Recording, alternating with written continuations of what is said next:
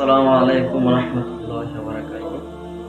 আজকে আমি যে বিষয় নিয়ে ভিডিওটা করতেছি সেটা হচ্ছে আমাদের ভাই হাদি ভাই, তাকে নিয়ে। কারণ সে একজন অনেক ভিড় এবং তাকে নিয়ে যতই বলি সেটা কমতে হচ্ছে।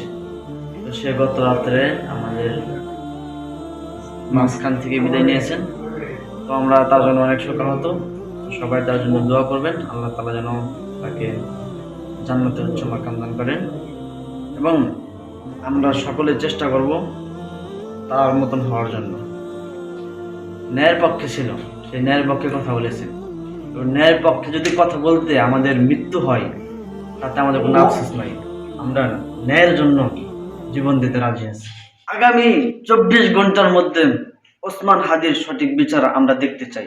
পুরা বাংলাদেশ দেখতে চাই যে হাদির সঠিক বিচার।